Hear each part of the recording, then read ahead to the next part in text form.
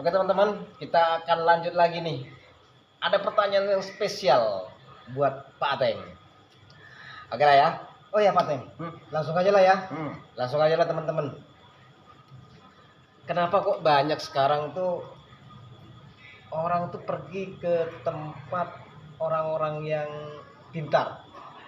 Nah, karena orang mendatangi orang pintar itu karena dia orang bodoh, maka dia datang orang pintar. Maksudnya? Iya, karena dia orang bodoh, maka dia datang sama orang pintar. Orang bodoh datang sama orang pintar.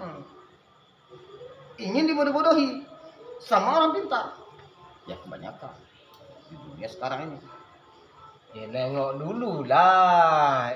Bodohnya bodoh apa ya? Ini kaget juga Wak. Kenapa orang yang maksud Bung Andrea nih orang pintar seperti mana gitu? Nah, jadi kira-kira orang bodoh seperti apa kan gitu tuh yang pergi kepada orang pintar. Ya. Nah, Contoh, ini banyak ya Mas Bung Andrea. Kalau orang bodoh, apalagi sekarang nih ya mau ada mungkin pil kita atau pil amplop lah entah apalah ya kan gitulah. Ya kan kira-kira teman-teman. Contohnya, kalau karena kita bodoh, maka kita datang berguru, belajar, kan gitu. Jadi kalau dia pergi, kita memang bodoh. Kalau dia pergi ke dukun, bilangnya dukun orang pintar karena dia bodoh. Karena dia bodoh, karena bilangnya dukun. Karena dukun tuh bisa, syarat untuk mendapatkan kursi. Nah, ini kamu harus bikin meja, umpamanya, kan begitu tuh. Ada kursi nggak ada meja kan sama aja bohong. Nah, terus itu bisa dikategorikan karena memang kita itu bodoh, kan begitu tuh. Nah, makanya pergi ke apa namanya? Orang pintar. Orang pintar. Jadi orang pintar yang Mas maksud ini orang pintar seperti mana? Gini, orang pintar yang seperti mana yang Mas maksud, yang maksud Mas Andrea ini? Nah, aku bilang sekarang kenapa kok banyak orang yang pergi ke tempat orang-orang pintar? Tapi tadi dijawab karena mereka bodoh. Ya sebenarnya yang aku maksud bukan itu. Apalagi ya sekarang ya kan, dia bukannya tak berilmu, dia tuh pandai, cerdas, S1, S2, S3, S tontong. Nah, tapi kenapa kok dia lebih percaya kepada sebelum S yang nggak punya S gitu? Contohnya, Kira-kira. contohnya sebelum S ini siapa? Sebelum S ya orang-orang yang nggak sekolah, itulah kira-kira ya seperti dukun lah. Nah, yang itu tadi Karena dia bodoh. Kenapa bilang bodoh? Dia bodoh dengan tauhid. Maka dia mendatangi dukun. Barang siapa yang ke rumah pergi ke tempat dukun, maka 40 hari 40 malam amal ibadahnya tidak diterima oleh Allah Subhanahu wa taala. ngeri banget. Mau cari apa dia sama dukun? Kedudukan, rezeki. Nah, sekarang coba jelaskan apa yang dicarinya kepada dukun. Apa kira-kira yang dicarinya? Padahal dia lebih pintar lagi. Nah, kenapa kok pergi ke tempat orang yang katakanlah dari segi ekonomi biasa-biasa aja dari dia, lebih kaya kita lagi. Mas bilang tadi masalah calon apa tadi? Pil kita, Apa lagi? pil koplo. Oke. Maksudnya sekarang itu banyak ya yang kita hadapi itu pemilihan Untuk menjadi calon, ya mencari kursi lah, cari kedudukan lah. jadi dia mendatangi dukun gitu ya. Dia mendatangi dukun. Oke. Gitu loh. Kita- Kira-kira gimana pandangan Pak Ateng gitu loh Mak. Kalau menurut pandangan kita, ada seorang calon pil apapun, ingin mendapatkan kursi, mendapatkan pangkat, mendapatkan jabatan, mendatangi dukun, Seru. iya kan? Sementara dukun itu sendiri dia tidak punya pangkat, tak punya kursi, tak punya jabatan. Untuk apa dia datangi itu? Itu logikanya. Itu orang bodoh, makanya dia datang orang pintar. Oh, dia kok padahal dia S1, S2, S3, S1, pokoknya gelarnya banyak. Dia bodoh di bidang tauhid.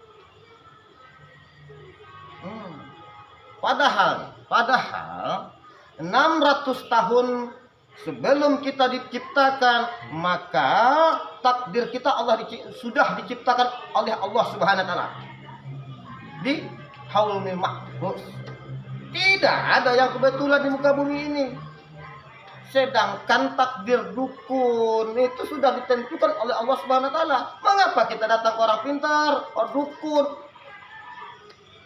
Karena kita bodoh, karena kita tidak ada ilmu agama. Kita tidak paham tauhid. Dukun itu tidak bisa berbuat apa-apa tanpa izin Allah. Takdir kita sudah ditentukan oleh Allah SWT. Tidak usah kita takut dukun, datang ke dukun. Takdir kita sudah ditentukan oleh Allah Subhanahu wa taala. Mintalah kepada Allah, ya Allah, berikan hamba pangkat jabatan, ya Allah. Kan bisa daripada minta dukun. Mbah ini apa, mbah apa? Datang mbah ini. Oke. Makanya kalau kita Bung Andre sedikit pun tidak percaya itu dengan kekuatan dukun. Kita percaya dengan kekuatan Allah Subhanahu wa taala. Karena diri kita sudah Allah ciptakan, takdir kita sudah Allah tentukan. Untuk apa percaya sama dukun?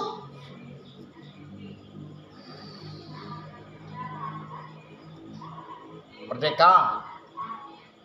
Yes, merdeka. Insyaallah. Oke lah teman-teman, seru banget nakutin penjelasan dari Pak Ateng. Tapi memang seperti itu ya. Memang iya nggak salah juga lah ya kan, kayak Pak Ateng menjelaskan seperti itu. Jadi Mas Andrea, ada bilang bisa bikin pelaris. Kalau bisa dukun, ada dukun bikin pelaris, suruh aja dukun itu jualan. Kan laris tuh. Untuk apa jadi dukun juga lagi? Kalau seandainya dukun bisa menentukan pangkat jabatan, suruh aja tuh ya dukun itu mengambil pangkat dan jabatan. Kalau bisa dukun itu mendatangkan rezeki untuk orang lain, kenapa rezeki dia sendiri? Nggak ada. Ya kan? Makanya jangan percaya, jangan tertipu dengan orang ingin membodoh-bodohkan kita.